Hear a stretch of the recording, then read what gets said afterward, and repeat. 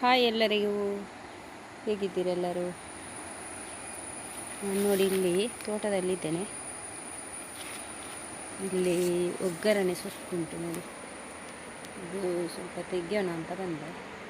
ತುಂಬ ಉಂಟು, ಅದು ಮೇಲೆ ಉಂಟು.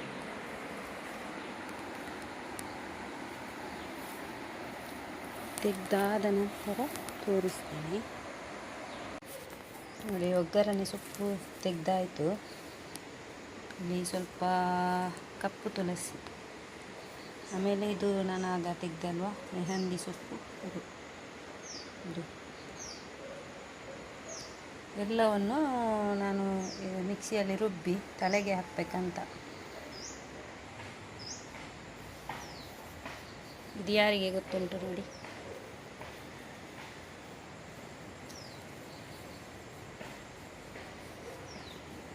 ದೊಡ್ಡದಾಗಿದೆ ಗಿಡ, ಹತ್ತಿರದಲ್ಲೇ ಇದೆ.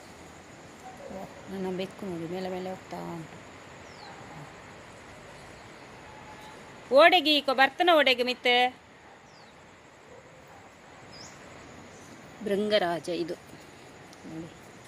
ಇದು ಕೂದಲಿಗೆ ಒಳ್ಳೆಯದು, ಇದು ಕೂದಲಿಗೆ ಹಾಕಬೇಕಿದು, ತುಂಬ ಒಳ್ಳೆಯದಿದು. ಇದನ್ನು ತೆಗೆಯುವ, ಸ್ವಲ್ಪ ಹಿಂದುಗಡೆ ಸ್ವಲ್ಪ ಉಂಟು, ಅದನ್ನೊಟ್ಟು ಮಾಡಿ ಕಡಿಯೋದು. ಇಲ್ಲಿ ನೋಡಿ ದೊಡ್ಡ ದೊಡ್ಡ ಎಲೆ, ಇದು ತುಂಬ ಉಂಟು ಇಲ್ಲಿ.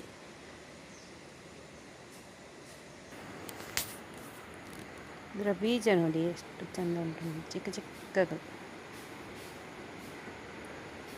ಭೃಂಗರಾಜದು ಬೀಜ. ಸ್ಪಷ್ಟವಾಗಿ ಕಾಣಿಸಲ್ಲ ಅದು.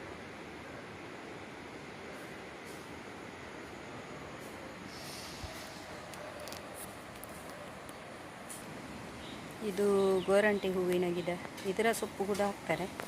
ಒಂದು 4-5 ಎಲೆ ತೆಗೆದೆ ನಾನು ನೋಡಿ. ಎಲ್ಲ ಕಲೆಕ್ಟ್ ಆಯಿತು ನೋಡಿ. ಇದು ನೋಡಿ ಎಷ್ಟು ದೊಡ್ಡದುಂಟು. ಭೃಂಗರಾಜ, ಗರ್ಗ ಅಂತ ಹೇಳ್ತಾರೆ ಇದಕ್ಕೆ ತುಳು ಭಾಷೆಯಲ್ಲಿ. ದೊಡ್ಡ ದೊಡ್ಡ ಎಲೆ ಇಷ್ಟುಂಟು. ಇದು ಮದರಂಗಿ ಸೊಪ್ಪು, ಗೋರಂಟಿ ಹೂವಿನ ಸೊಪ್ಪು. ಇದು ಕಪ್ಪು ತುಳಸಿ. ಕಪ್ಪು ತುಳಸಿ ನಮಗೆ ಇದು ತಲೆನೋವೆಲ್ಲ ಬರೋದಿಲ್ಲ ಇದನ್ನೆಲ್ಲ ಹಾಕಿದರೆ.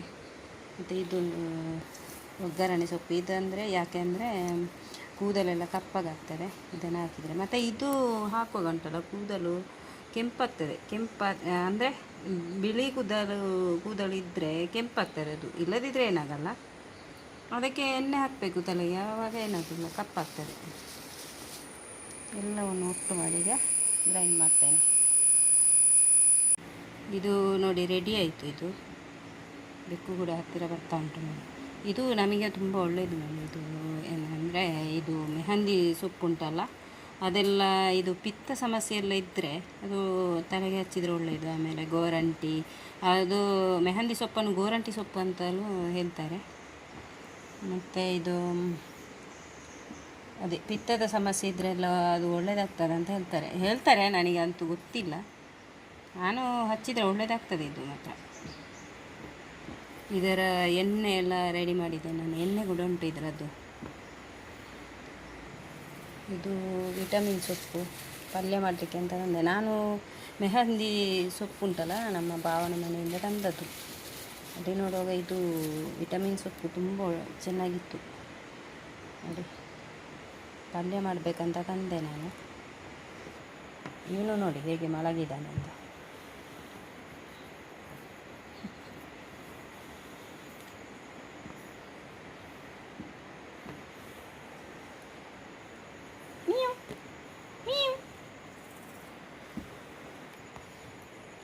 ಓಕೆ, ವಿಡಿಯೋ ಇಷ್ಟ ಆದರೆ ಲೈಕ್ ಮಾಡಿ, ಶೇರ್ ಮಾಡಿ, ಹಾಗೆ ಸಬ್ಸ್ಕ್ರೈಬ್ ಮಾಡಿಕೊಂಡು ನೋಡಿ. ಧನ್ಯವಾದಗಳು.